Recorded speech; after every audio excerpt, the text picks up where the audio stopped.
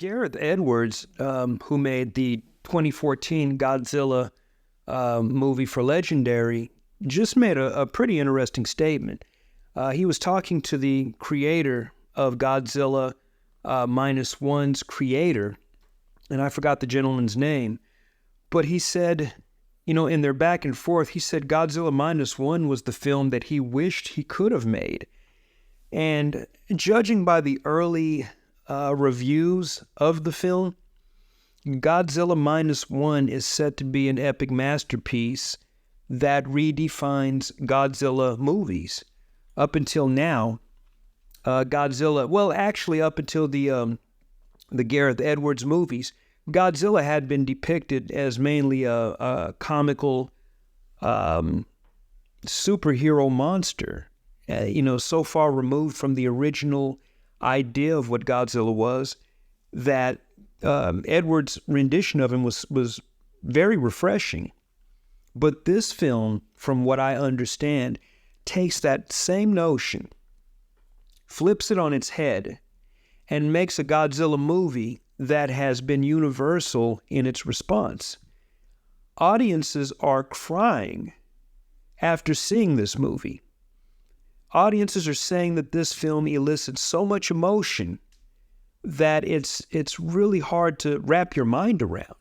Because when I hear the words Godzilla, and I think of, what a Godzilla movie is, I think action, I think adventure, I think fire, I think destruction, but I don't think tears.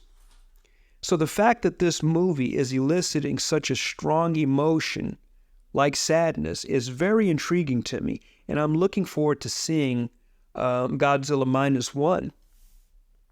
And it should be noted that a new trailer is out, and that trailer shows some of the action scenes. And unfortunately, according to a YouTuber that he went to Japan to see the movie, he said most of the scenes that feature Godzilla are in the trailer, which is a little bit disappointing because we want to leave something to the imagination. But I think that disappointment will probably be short-lived when those scenes are acted out in full, because we're just getting glimpses of all the scenes that happened within the movie as opposed to all of the scenes in their totality. So I'm not too worried about it. But I do want to see this movie to see if it, especially in America, when it comes to America, how are the two movies going to coexist? How is Godzilla Kong going to stand against Godzilla Minus One? And I'm being premature in this, but I'm thinking that Minus One may make a similar run in the Japanese Academy Awards, their version of the Academy Awards that Shin Godzilla made.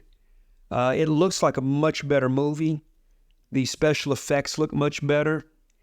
And the overall atmosphere, as far as being a period piece, is very, very engaging. And add to the fact that the smaller Godzilla, for some reason, being smaller, it's a more intimate type of terror. I noticed that this Godzilla was the same size, roughly, as the original 1954 Godzilla. And there is just something about that. When you become so large to where it's like, oh my God, there's nothing like this that can exist, it takes you out of the reality of the monster.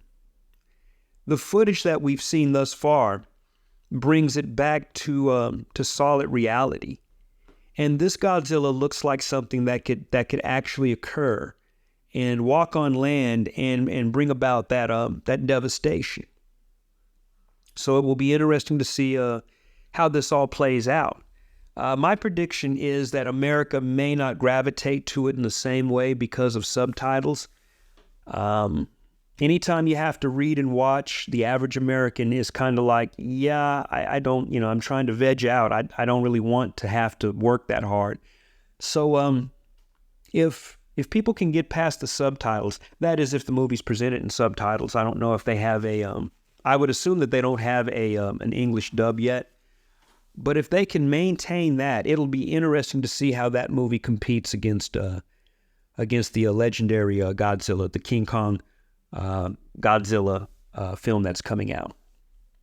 Anyway, I'd love to know what you think and your feelings about the upcoming Godzilla -1 film. Share, like, and subscribe and help our channel to grow. This is The Brave Artist for Screen Say. And until the next time, take care.